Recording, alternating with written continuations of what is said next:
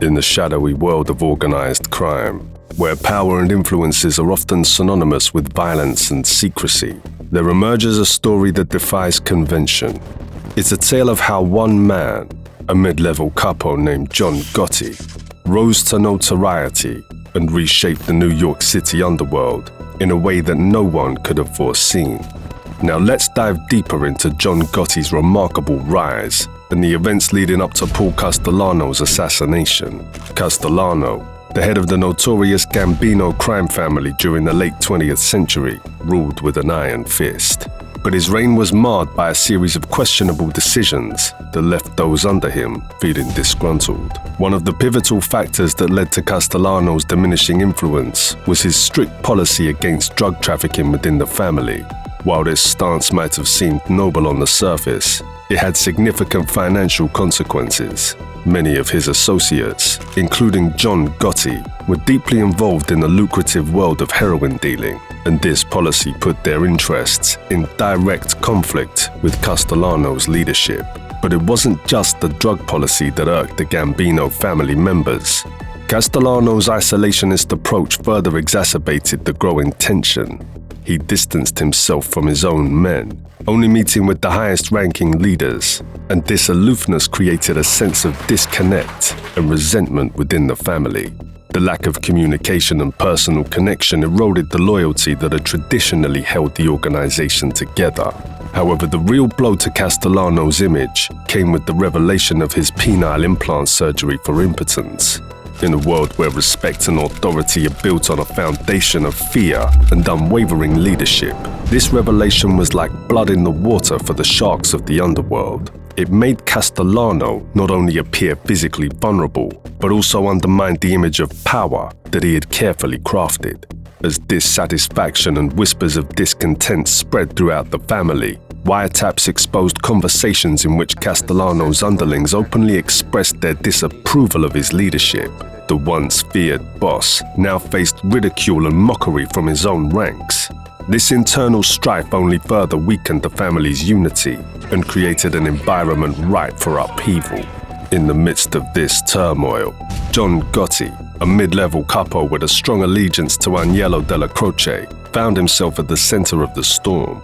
Castellano's consideration of demoting Gotti and disbanding his crew was the catalyst for a potential family feud.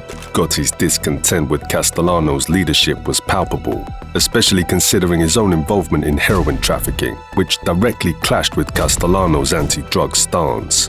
The tensions escalated, and the Gambino family teetered on the brink of a dangerous internal conflict. The combination of Castellano's polarizing decisions and his diminishing hold over the family set the stage for a seismic shift in the Mafia's power dynamics. Little did anyone know that John Gotti, the man who had grown increasingly disillusioned with Castellano's rule, would become the key player in a high-stakes game of power and ambition that would ultimately alter the course of organized crime in New York City forever. The pivotal moment that altered the course of the Mafia and solidified John Gotti's position as a prominent figure in organized crime occurred on a chilly December evening in 1985. Paul Castellano, the head of the Gambino crime family, met his untimely demise in front of Sparks Steakhouse in Manhattan. The planned hit was carried out by none other than John Gotti, famously known as the Dapper Don. The audacity of the public assassination sent shockwaves through the underworld, marking a monumental turning point in the history of organized crime, and its repercussions rippled far and wide. As the news of Castellano's murder spread, reactions to Gotti's takeover of the Gambino family were a mixed bag.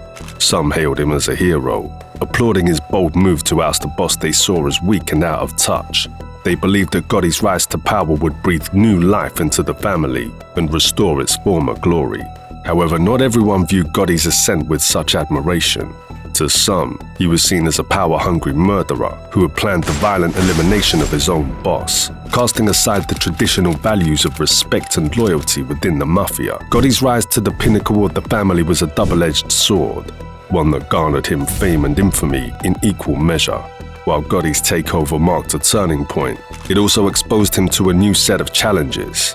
Rival mobsters such as Vincent Gigante from the Genovese family viewed Gotti as a threat.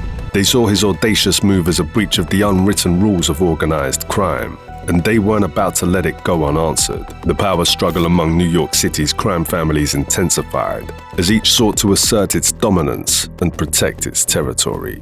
Gotti's survival in the aftermath of Castellano's murder painted a target on his back, not only from rival mobsters, but also from law enforcement agencies eager to bring him to justice. This period marked the beginning of the cat-and-mouse game between Gotti and the authorities, as he eluded conviction for years, earning him the nickname the Teflon Don, due to his ability to evade prosecution. The weight of the law finally caught up with the infamous mob boss John Gotti in April 1992. Gotti's legal troubles were not just a minor brush with the law, they were a full-blown reckoning. At the heart of his legal woes were the shocking charges he faced. Gotti was not just accused of one or two crimes, he was on the hook for a staggering array of offenses. These included the most serious of all, murder. Notably, he was convicted of planning not one, but 5 murders.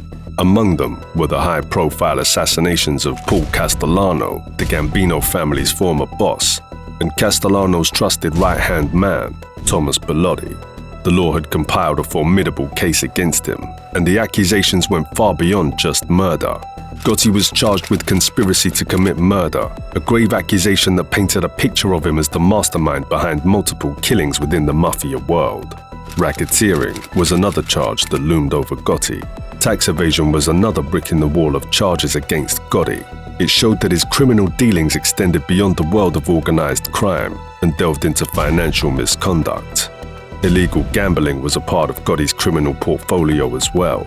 This charge hinted at his involvement in illicit activities that extended beyond the confines of traditional organized crime. Extortion was another crime attributed to Gotti, indicating that his criminal activities extended into the realm of coercion and intimidation. This was a significant aspect of his legal troubles, as it portrayed him as a figure who used force and fear to achieve his ends. Loan sharking, the practice of lending money at exorbitant interest rates, was also on the list of charges against Gotti. The consequences of these charges were severe. Gotti's conviction led to a life sentence behind bars with no possibility of parole. In addition to this, he was fined a staggering $250,000, which further compounded his legal woes. Gotti, the charismatic mob boss who once held sway on the bustling streets of New York City, now found himself confined to the grim reality of prison life. His freedom was forever lost, and the man who had once been a symbol of power and influence now wore the shackles of justice. He was known for his flamboyant style and charismatic personality, traits that drew the attention of not only the criminal underworld, but also the mainstream media. His larger-than-life persona, complete with the moniker the Teflon Don, ensured that his name would never fade into obscurity. And now, in the modern era, Gotti's story continues to captivate audiences. A Netflix docuseries, Get Gotti, delves into his life and the FBI's relentless efforts to apprehend him. Released on October 24, 2023, this series promises to shed new light on the enigmatic figure who made his way into the mainstream. We hope you enjoyed watching this video. If so, please don't forget to subscribe to the channel and hit the like button. Your support is what keeps us going. Thank you for watching, and we'll meet you in another video soon.